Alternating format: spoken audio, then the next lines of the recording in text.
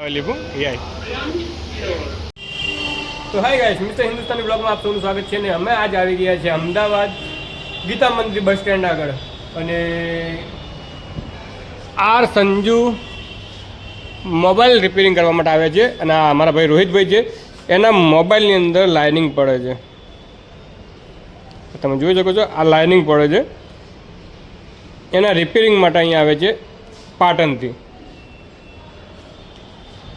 તો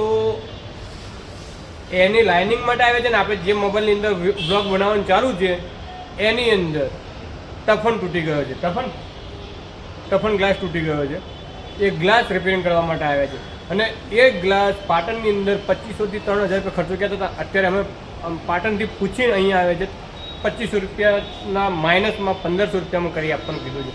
એટલે વિડીયો સાથે બને રહેજો, જોઈએ છે કે આ ગ્લાસનો કેવો ખર્ચો અને કેટલું બને છે.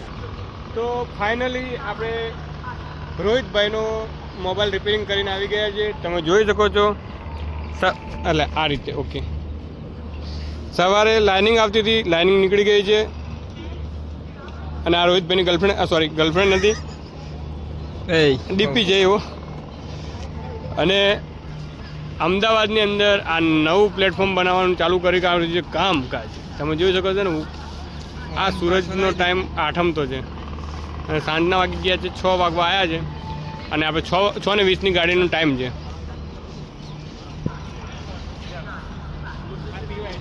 તો ગાઈસ આપણા સાથે છે મેહુલભાઈ, એ સિવલના છે અને અત્યારે અમદાવાદમાં રહે છે અને અમદાવાદ રહો છો ને, ધંધો પાણી કરો છો ને? લીધું યાય બધી લાલ સોરી હો કાકા. તો આપણે ઉપર જઈએ છીએ તો લિફ્ટની અંદર એટલી મજા આવે છે, એટલું નવું કામકાજ ચાલુ કરેલું છે. તમે જોઈ શકો છો બધે જ આખી લિફ્ટમાં નવું કામ કર્યું છે અને અહીંયા ગ્રાઉન્ડ ફ્લોર પર પણ કામકાજ ચાલુ છે અત્યારે.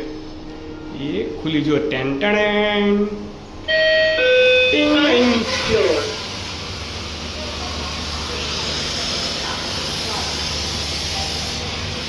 લિફ્ટ બંધ થઈ ગઈ, કાકા જાય છે.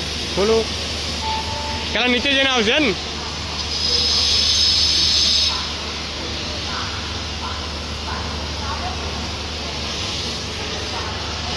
તો ગાઈસ આપણો મોબાઈલ પણ રિપેરિંગ થઈ ગયો છે રોહિતભાઈનો, મારો. અને હવે આપણે જઈએ છીએ પાટણ અને ચાલો આપણે લિફ્ટમાં પણ બેસી જઈએ.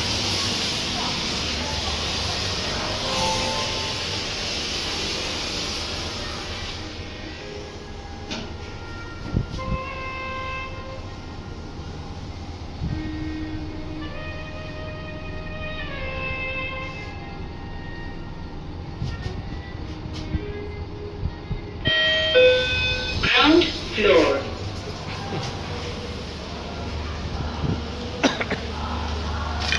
તો ગાઈસ આ જ છે મેમો જે પાટણ જાય છે, પાટણ ને અમદાવાદ. સવારે 6:20 ઉપડે છે અને સાંજે 6:20 પાછી પાટણ જાય છે અને બપોરે 12:30 વાગે. તો ગાઈસ ફાઇનલી આપણે સીટ મળી ગઈ છે ને ખાલી જગ્યા મળશે તો ઊંઘતા જવાનું છે પાટણ શાંતિથી. એટલે વિડીયો સાથે બની રહેજો, પાટણ મળીએ. અને આપણા સાથે રોહિતભાઈ, મેહુલભાઈ તમે પાટણ આવો છો? મેહુલભાઈ મને રેલવે સ્ટેશન મિલવા આવ્યા હતા ને એમને આજે અમારી બહુ હેલ્પ કરી છે. કેવી કે બસનો ટાઈમ અમને બતાવતા હતા, જે સિટી બસ હતી અમદાવાદની એમાં અમને ટાઈમ બેસાડતા હતા. તો મેહુલભાઈ તમારે થેન્ક યુ. રોહિતભાઈ મેહુલભાઈ કેટલું સરસ કામ કરી નહીં કર્યું.